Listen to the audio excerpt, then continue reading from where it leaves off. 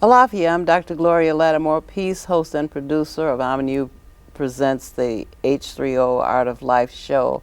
I was just thinking this is part 2 of Forgive Us Our Debts, and I have my guest is Raymond Aikens, my money man, the man that I turn to discuss issues that having to do with the economy and finance and other such matters, because I've found that you don't have to know everything, you just have to know who does. And so I've invited Raymond Aikens to come back and talk to us further. And his forecast is not optimistic. He says things have not improved since the last time he was here.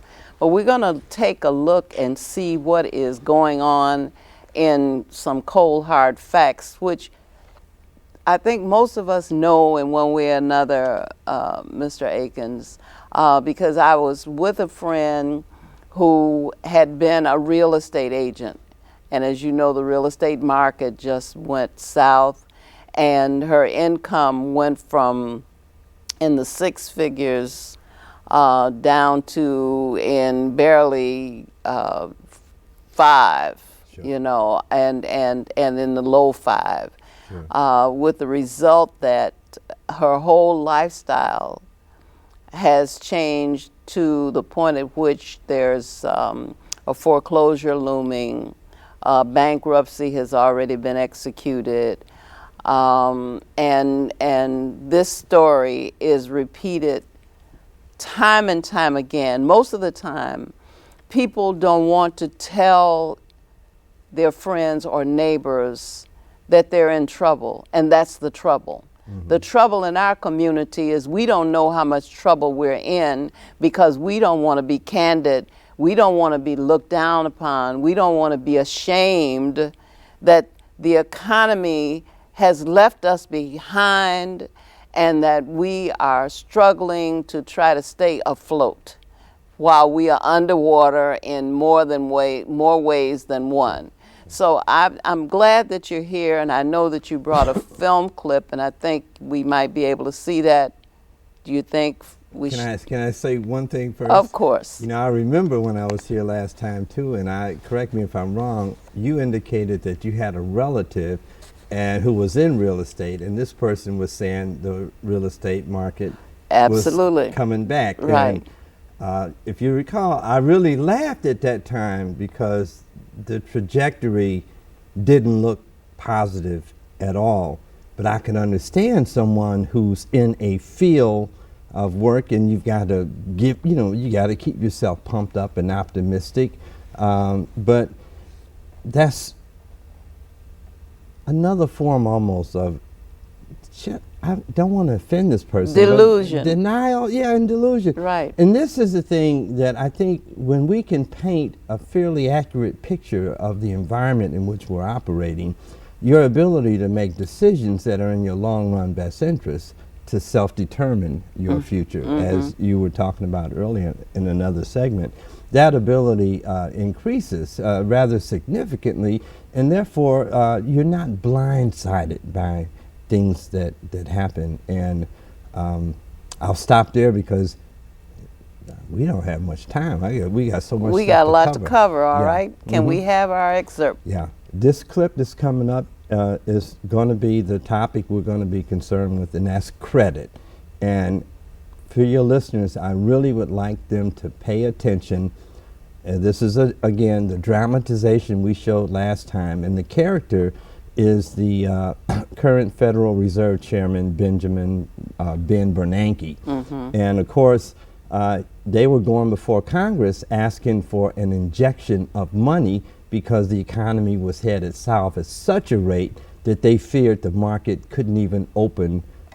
That was on the weekend, and they feared the market wasn't going to open that Monday. We were at the Obamas used the term, I think, at the edge of the cliff. It was an abyss that was being faced, and there would have been utter collapse and chaos in the markets unless Congress acted like in a very short period of time to guarantee the banking system and to basically keep it afloat. But his lesson, his lecture, has to do with credit. And your audience, your listeners, I would really like them to listen to this closely. Hear what the chairman of the Federal Reserve is saying about credit, and then you'll understand where we're going to go for the rest of the program. All right. Thank you. You're welcome. Okay. We need an announcement tonight to calm the market. We need legislation next week.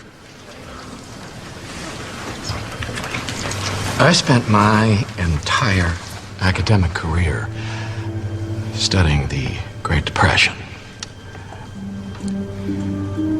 The Depression may have started because of a stock market crash, but what hit the general economy was a disruption of credit. Average citizens unable to borrow money, to do anything, to buy a home, start a business, stock their shelves. Credit has the ability to build a modern economy, but lack of credit has the power to destroy it, swiftly and absolutely. If we do not act boldly and immediately, we will replay the Depression of the 1930s, only this time it will be far, far worse. We don't do this now, we won't have an economy on Monday.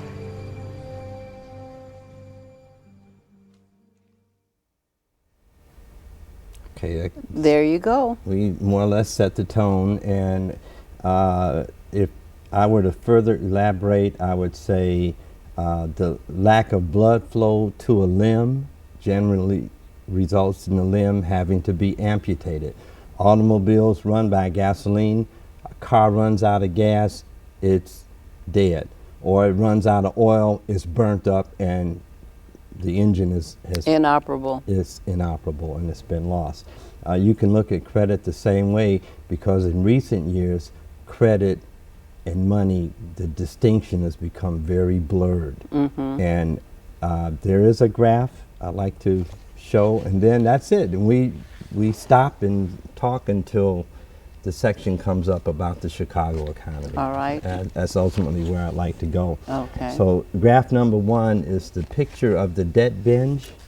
And when that comes up, you let me know, please. And what you're going to see on this graph is the growth of... it is there. It's up. This is the growth of total U.S. consumer debt, and it runs from the 1950s. This is really the post-World War II period, okay?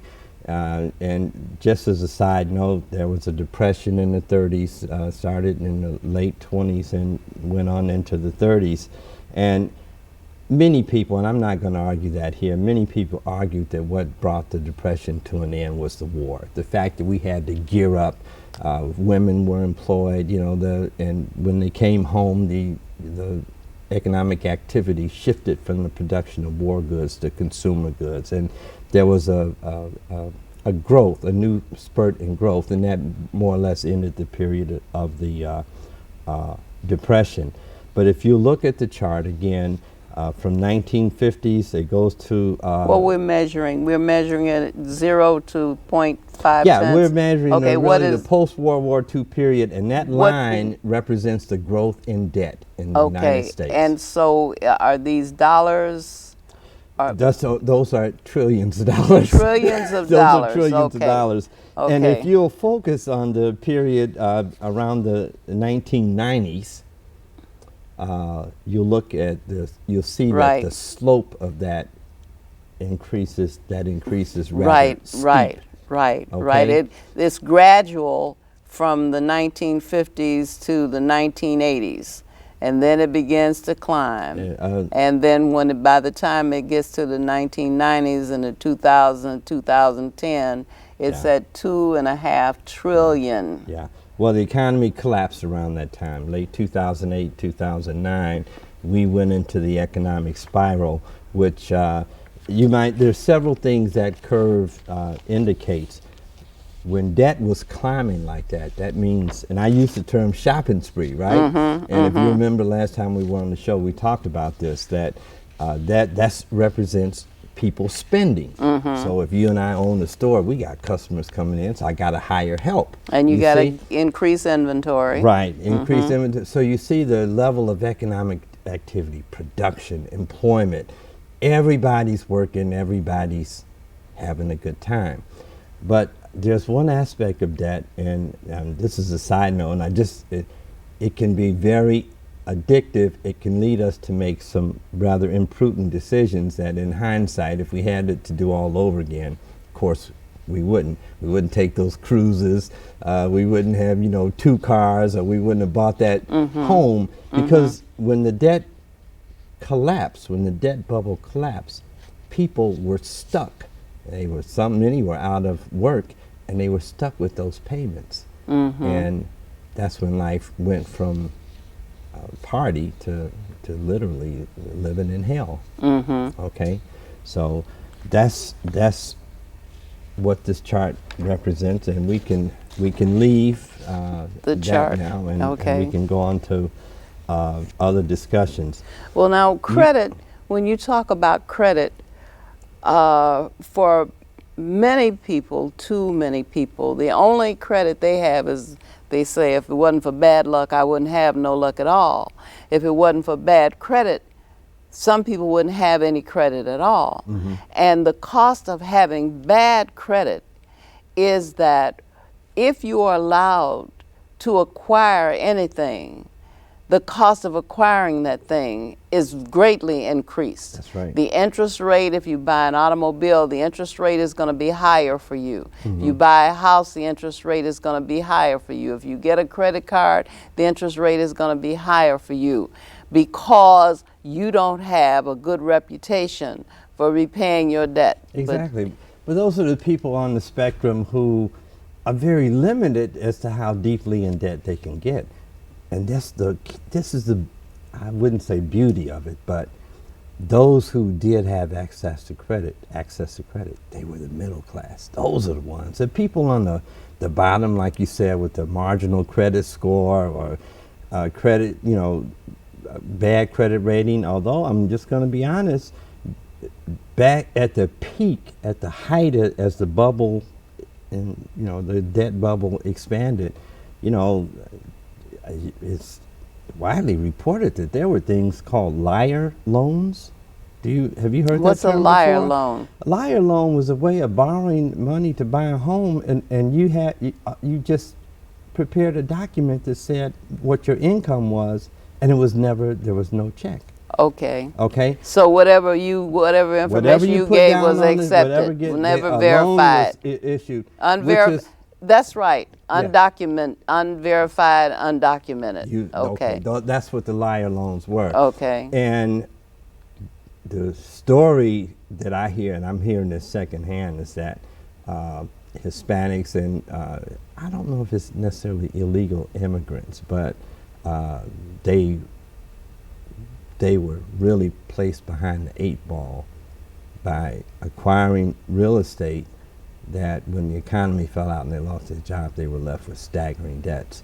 So you'll see that when we talk about the Chicago community, when there are 2 communities, the African American and Latino, which have been hit pretty hard.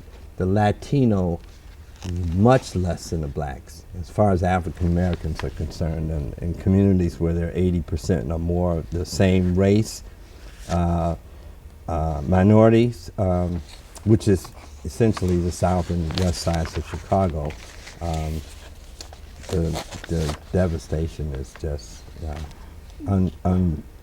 unbelievable. But I was going to get to that later on. All right, I'm not going to jump ahead. Okay. Go ahead. Well, so if you look on this chart here, and your listeners, your audience can't see this, but the percent of Americans with a job has declined very sharply. Yeah, if you look at that arrow, can you imagine the job loss? It looks like a roller coaster in Great America. Straight down the cliff. Right. Exactly. Right. Exactly. Those are people who, and a lot were middle class. And this is the thing I think you have to understand about the middle class. Middle class may have education, gone to college. You may have people who have worked in a factory 30 years or so, maybe been promoted, got a nice income, they've got a nice retirement account, and they're the ones who really use the credit. They finance the cars, they own they have a mortgage, they may take a vacation every year, and they may send their kids to college or what have you. So they're the ones who use credit a lot. And to have the credit spigot was essentially turned off in the beginning and around 2000. Well, when you start outsourcing manufacturing jobs, you know, what is made in America? You go into stores and you look at the tags in clothing, and you see so much clothing is being made in foreign countries. So much of what we are spending money on, the things that we're consuming, are not manufactured here. So that means that there are no manufacturing jobs, no factories for people to be working in. So these former factory workers who were getting a mortgage based on the employment or buying a car based on the employment now have no basis, no basic source of revenue to maintain those debts. Great point. So tell me how, with this process ongoing, how were they able to borrow so much money? Who was putting money into these folks' hands at such a rate that was causing that level of spending? It was unprecedented.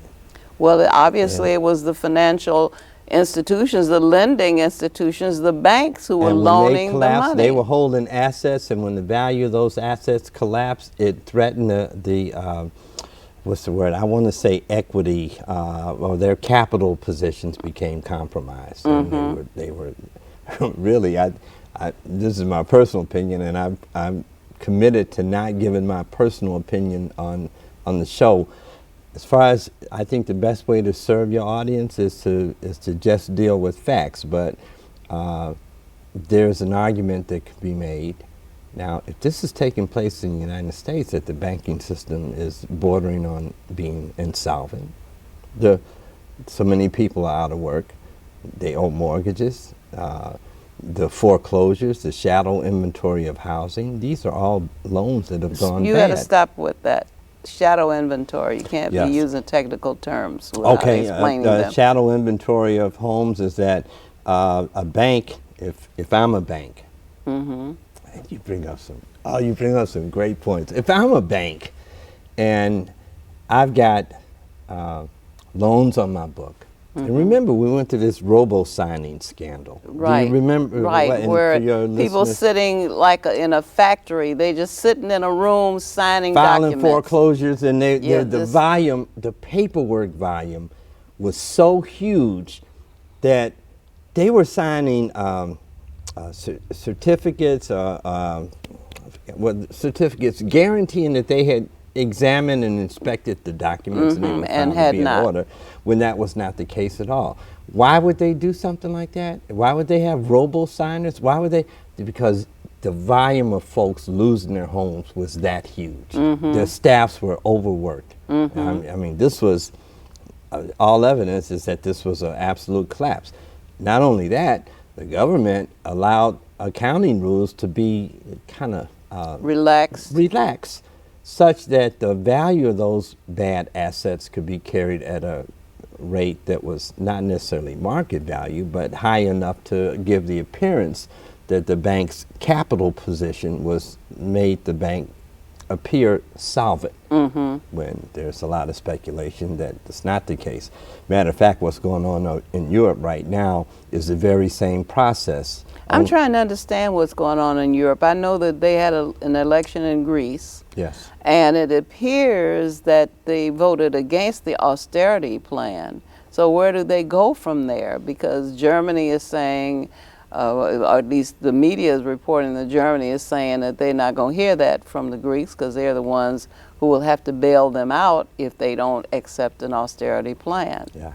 Every now and then I come across an article about people who are on the ground in Greece, and they're talking about what life is like. You know, farmers now have to have police guarding the farmland because people are going in on the farms and taking food. They're actually folk who don't have any food to They eat. talk about the length of the lines of people at soup kitchens. Exactly. There are folk committing suicide. There are people who what they have left to live on or they've not worked is a fraction of what they used to, making their lifestyle, the style that they were accustomed to, impossible to maintain. But now, this is the theme, and as I read and hear stories like that, because it's really sad, you've had middle class people committing suicide. You see what's going on there, and you look and you see a lot of similarities here at home. And the only reason, if any, I don't tend to pay much attention to the leaders because, frankly, they're like the people that were in the video clip we played earlier. They're trying to give the impression that everything is okay when, well, I think last night the Wall Street Journal issued a report that the Spanish banking system Is teetering. not only that, it's the highest level of bad debt they've ever had in like going back 20 years or so. It's massive. It's much higher than, but you pick any country, Greece, Spain, Portugal, this is going on all over. And not only that, we're in a market where those banks in the adjoining countries, Italy, France, and what have you, they have loans to those people. So those people go under and belly up. Then the credit, It's a domino effect. it's a domino effect and what they call contagion and what everyone is so afraid of. And of course, the only one that looks like they have any money to really come to play a real part in this rescue is Germany, of course. And Germany is doing what any person who was in a sound financial position, let's say you got 5 kids and now they all coming to you for money and they want you to assume their debts or play contribute, and you say, no, I'm not, you will bring me down. And that's essentially what's going on. But again, the only reason I pay very much attention is to, again, to hear the reports of what's going on in the ground and at the ground level.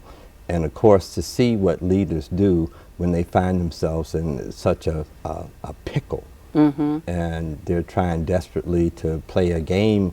It used to be called kicking the can down the road, but the day of reckoning has essentially come. And most think it's going to break up. I was at a farmer's market this past weekend. I haven't been in a while. And I noted that the farmers didn't have very much to sell. And they say because crops have not come in. We've had this very unusual weather, where the summertime started practically in the winter. And you had this unseasonable weather, and it has affected crops, and consequently, where there used to be just throngs of people, just hundreds, it seemed, milling about, buying various produce and other kinds of things. There were a few people, and they had a limited selection of produce and other kinds of things. And I thought, well, now, this is too late for this to be the case, because I'm accustomed to seeing abundance, in the farmers markets. You just see stuff piled up. I used to have to try to get there very early because I like to buy fresh spinach. And if you didn't get there very early, these mounds of fresh spinach would all be bought, and you'd be trying to get there because the melons would be picked over and all this kind of stuff. What I'm saying is, if we are noticing there are perceptible changes going on right before our noses, even if we don't have any charts or diagrams. We can just see, if you go in stores, you don't see many people shopping. You don't see many people bringing out a lot of bags. you know, you can practically make friends with cashiers now because they don't have anything else to do. Yeah, I know what you mean. So and I'm saying that, you know, clearly we can see that people not only do not have credit, they don't have cash. They're not spending money. Yeah, as a matter of fact, all of us, to the extent we are not in denial, we every day see evidence of either cutbacks or the inability to operate an enterprise at the level as recent as just a couple of years ago. I've been in offices, and I had an occasion one time to go down to the personnel, human resources, and I remember the cubicles, how they were filled several years ago at this place, and there's like all of them being operated like on a skeleton crew basis. Those fortunate enough to have jobs know what I'm talking about, because they've either let people go and not hired back, but for those who remain, they're being asked to do more work than what they were doing in previous years. This is an effort to boost productivity or operate on cut resources costs, that operating are costs. very, very limited. We're showing signs that the collapse has not been averted. Of course, unless you are in the top 10%. Well, that's been a totally different story. Well, for them that's altogether. in the stratosphere somewhere. Yeah. One of the things that I know 90% of the population. I know that you can speak struggling. to is that, you know, when it comes to health care, you know, that's a thorn in our sides. I know you can speak to that, and I know you can speak to the absence of health care that leads to disabling challenges and also to deaths. So here we are, we're either needing to be cared for at home because if we are disabled or elderly, you know, with something, then there's no money. So, you know, folks have to try to take care of us at home, or if we don't survive whatever the illness is, then the family is sitting in a funeral home trying to figure out what to do with these expenses. Talk to me about some of the families that you've seen come to that point. Well, I don't know if this is typical of all families across all the entire racial spectrum, but certainly what I see a lot in our community is that by the time a family member comes in to make arrangements, they're at the end of what's been a long ordeal of failing health, dealing with doctors, trying to negotiate the healthcare system, and take advantage of whatever resources were available or were available at the time. And they're just, for the most part, overwhelmed and exhausted. And although the family circle may comprise a host of members, the bulk of the responsibility tends to fall on one or two people. In the very immediate family. Yeah, right. Yeah. So in a way, death can be a relief. It's a culmination, or it's come to the end of what's been just a hectic way of living and carrying on in one's life. So the Illinois, I think Pat Quinn, it was in the papers a couple weeks ago. I had long the Medicaid long ago bill. looked at where they were looking at the cutbacks, and I don't have that list with me, but I know 200,000 people, 200,000 recipients, are having certain, benefits cut, withdrawn, and in all likelihood, this is just the start. This is just the tip of the iceberg.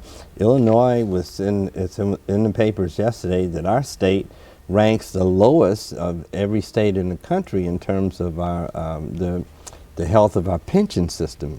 It's the worst out of all the states.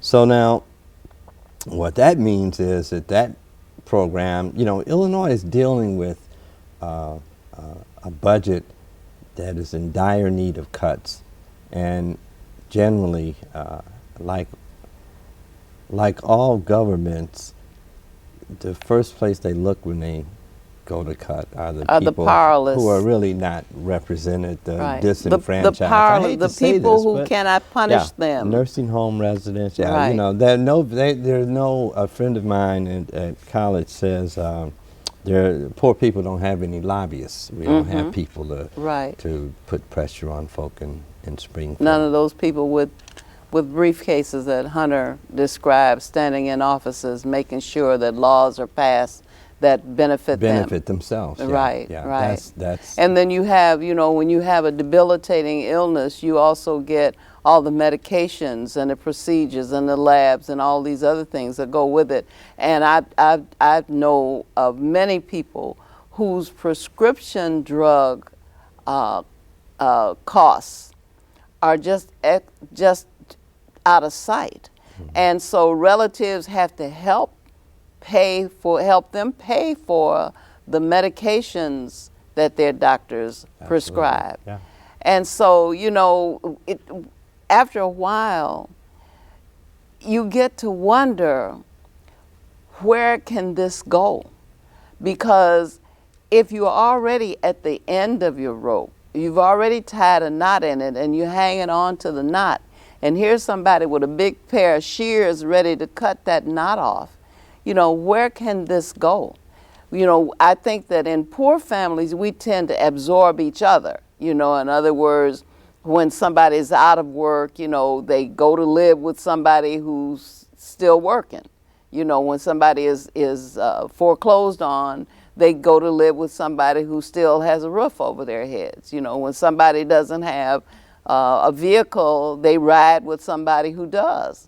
You know, and so you're getting more and more of that, you know, and it's forced, it's not voluntary, and it creates conflict very often because we've learned to be individuals. You know, we've learned to all want to have our own everything and not share anything. Yeah, but I think, I guess the point I want to really emphasize, and this is not to minimize the problems that the poor are experiencing, but you know, they're much, I think, relatively more resilient than the middle class. It's the middle class who did everything right. They went to school, or they came to work every day on time.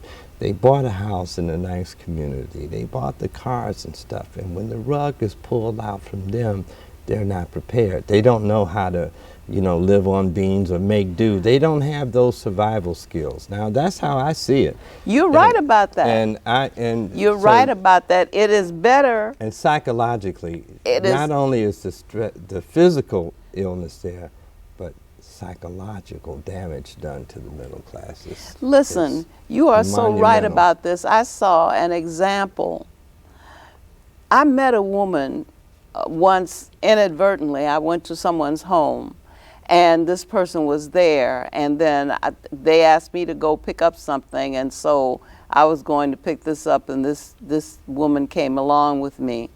I later learned that this person was homeless, but she didn't know how to be homeless. Yes. She had worked for a major corporation. Yes.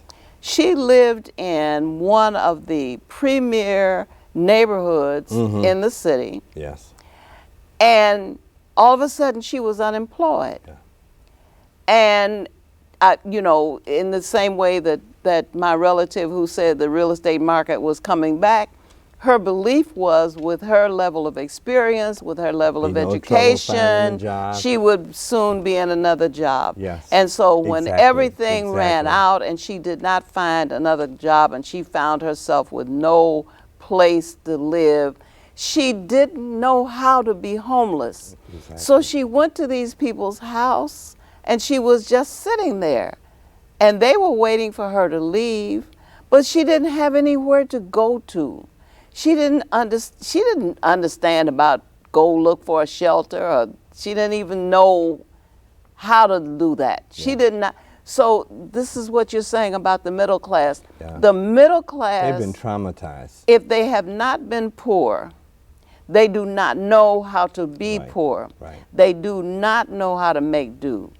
The children of the middle class, generally speaking, are somewhat overindulged. Yes. And those children will not understand why they can't have brand name everything from dolls to shoes to, whatever it is they have. They will not be able to understand that. We have done a disservice to our young people by giving them the impression that we have an inexhaustible supply of money. Sure. They are not going to understand when that money runs out. Well, they're not going to be sympathetic, and they're not going to be easy to manage. I remember right at this outset of the collapse, as credit was being withdrawn, and maybe you saw these films too, where the breadwinner loses his job, but that can't even come home and tell the family.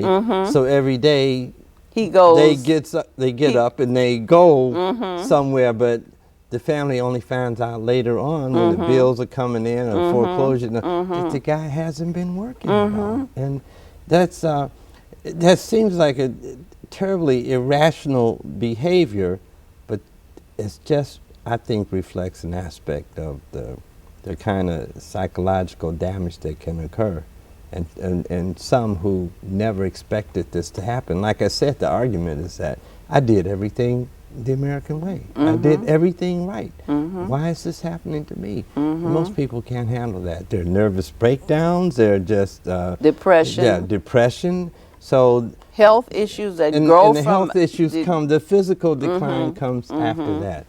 So and the funny thing, when you refer to the poor, I laugh because we are just one shaky footstep away from the poor. A paycheck, or a pension payment. Close a credit card account or something, and people are. So we're all in this together. We are all the poor or the potentially poor. If you're talking about people in Greece who are stealing food out of the fields because they are starving, that is not impossible to see happening anyplace else. Exactly, and what you're seeing is basic human nature kicking in. Yeah. So when when we talked, it was approximately I think a week or so ago, I was addressing the prospect of coming on your show, and I mentioned your constituency, and I'm assuming based on the subject matter that you have a large African American constituency, a progressive constituency that crosses multiple racial lines, and they serve Chicago because this is local. Yeah, this is a metropolitan Chicago cable. So my direction that I really wanted to suggest was that I collected data on Chicago, on like the south and west side of Chicago, which are 80% plus African American. This is where the bulk of the black population lives, on the south and west side. Of course, you've got North Siders and what have you, but we're basically housed on the west side. So I really wanted to look at what was going on in those sectors of the city, and there are some more charts, but I think the conclusion that anyone, and we can share these charts, I think the conclusion we'll come to, and this is my fear, is that Chicago's south and west sides have basically become economic wastelands. I'm really concerned about that. Concerned about the decline in the level of service, the decline in the level of activity, the human nature aspect, what people do when the credit or there's no jobs and they're idle, but yet they got to live, you know. And it doesn't appear as though there are any services that are available to handle the growing caseload. Now, I talk to ministers all the time. I'm a funeral director.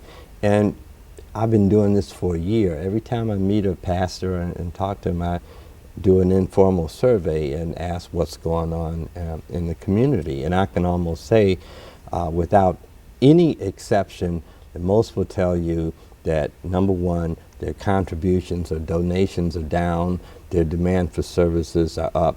They all have some form of a soup kitchen or a bread line. They're feeding people. Pantry, food pantry. I'm sorry. Exactly, and they're struggling.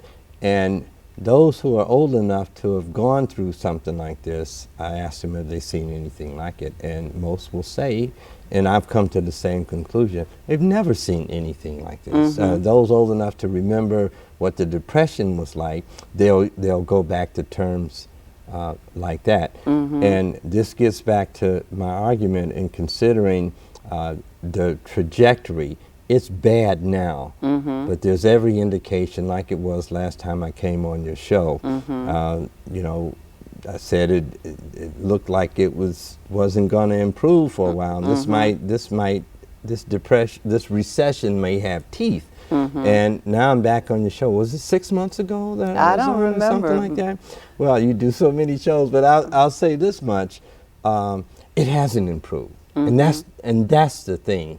And I'm afraid if I were to come on your show 6 months from now, and if it's worse than it is today, and today is bad, and if it's even worse than that, then we're looking at something that is not only the use of kids' terminology off the hook.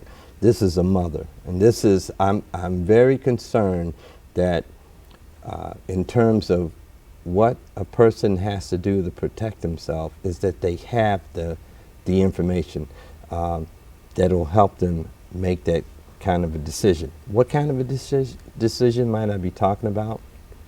Well, I've looked at two points I would make.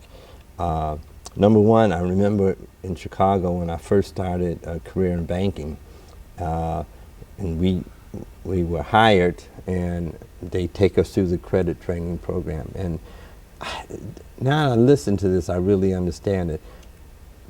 When they have one saying, and that's called "pay yourself first." And the way to manage money, the way to generate wealth, you always pay yourself first. But I know several families personally who, before they would get behind on the bill, will starve. This is really interesting behavior to see. So they make every sacrifice to keep paying bills when their income is diminishing. But we have some charts on the community, but it'll show you that the banks have just choked, they've cut off lending. They're no longer in the community. There's no investment that is taking place on Chicago's south and west side to speak of. There's only ongoing economic devastation. You talk about surveys, and Citibank has done a survey. I didn't bring that data with me, but some of it I can remember. There are actually business owners who reported having gone a whole year without a salary and working more hours. They have employees who didn't always get paid on the payday. They've gone they've gone without pay until the manager could catch up. There's another case where they work overtime, but the boss can't afford to pay them the time and a half. So they work overtime at the regular wage. This is going on right now. Listen, when you talk about... They talk about let me add one other thing. The biggest problem, many say, well, I don't need to, I can't. There's a chart up there. Oh, okay, we'll get to that right away. Biggest problem is I don't have any customers, they're not buying, so why should I go borrow money? Right. You follow me? Right. So it's not a it's not a demand for credit. Okay. It's a lack of demand for customers buying. So What? thank you. That's Keith, I bet, on Okay. the case. We're going to look at the Chicago market, and I think the chart on the up there now is that's the communities of color. We're looking at the wealth decline. Correct me if I'm wrong, Keith. Do you have a mic into him? No, but we're this is what that's. Yeah, what's up if you there. look at the wealth Comparing decline, black let's go versus back white to decline. 2001, and you'll see that the average net worth Put it of back, Keith. Go ahead. We'll go There back it is. to 2001. You see the average net worth of an African American was $12,930 compared to $128,009. Roughly, we're about 10% of the wealth, the whites. But look at how the average worth of the African American declines. I mean, white, Right. all net worths decline, Right. but we just about disappear off the graph. When you get to 2009, we had $2,170, And here's the point. and there it's 97. That's 2009. Here, this is 3 years later. Let me tell you, that's gone. It's a minus. You probably wouldn't even see it if you use today's figure. Now, this is the Chicago market. I'm just talking about Chicago. I'm not talking about nationally. If we go to the second graph, if Keith is ready. Well, he might not be ready, but Okay. I'm looking at well, it. the second graph has to do with Home communities equity. of color and the home equity versus the mortgage debt outstanding. This chart is really complicated, so I'm going to ask that your viewers, if they could see that on the screen, they go all the way over to the right. That's not what's up there. Yes, it is. It is? Mm-hmm. Okay, go Yeah. ahead. Are you on this page? I'm not on that page. Oh, you go want to be ahead. on page 12. All right. Didn't I number your Oh, page? I got it Yeah. backwards. This is backwards on the screen. Right. Okay. If you All go, right. if you look at page 12, go all the way over to the right, and you'll see that you see communities that are on the far right, 50% or more Latino. Right. Next to that, going inward, 80%. 80% or more African American. We're Right. essentially talking about the South and West Right. sides of Chicago. Okay. There's a green line at the bottom. Now this is, I think, 2011, fourth quarter. Anyway, this is This last is what year. it means to be upside down on your mortgage. You see the equity has left the black Right, community. That's right. what you do. Matter of fact, if you see The the shaded healthiest, is the debt. the shaded is the mortgage debt That's- outstanding. that's- The little green green line you line can is just the barely equity. make out. That's the equity that's left.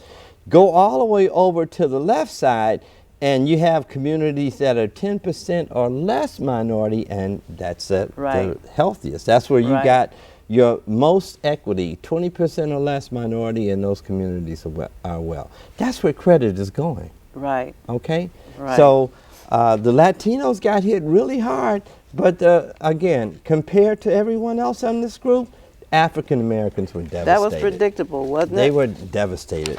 So let's look at the distribution of the different types of property. That would be graph number 13. And let me try and describe what you see there. The red bar is communities of 80% African American or more. So we're talking about basically the south and west sides of Chicago. The blue line is less than 50% minority. Okay. So that's majority, what they call, what used to be the majority culture. Okay. We're talking about whites for the most So part. we're looking at properties red with bars- foreclosure. Properties in foreclosure, 50 over half. 50, over half, okay? Vacant buildings, almost 2 out of 3. These are the properties that are distressed, Okay. okay? I'm not talking about all homes. I'm talking Okay. about the distressed part. Okay. Red flag, and That that's means that they're on the border. they're on the border. They're in some kind of They're in some kind of trouble. They're in some kind of trouble. There's either a foreclosure going on, a court battle. The city has been notified. They're going to board it up. Some action is pending. You've got a huge picture of investment that has, in essence, evaporated. This is it's and That's 70%. yeah, yeah. And the last graph is on, it's looking at the major banks. Now, if the major banks were the people who got us into this mess, right? Right. The big banks. Well, as far as the mortgage market is concerned, there's actually 5 banks that are at the top of this heat. But in Chicago, we got Bank of America, Citigroup, J.P. Morgan Chase, Wells Fargo. And the dark bar represents the loans, the change in loans to the communities where 80% or more of the residents are black. Okay. So, for example, Bank America, and of course, They're the loaning white bar. 50% less. Yeah, they pulled. That's right. They've cut back on their exposure By 50%. By 50%. Citibank is, matter of fact, the only one that's doing something positive in the Right. African American community.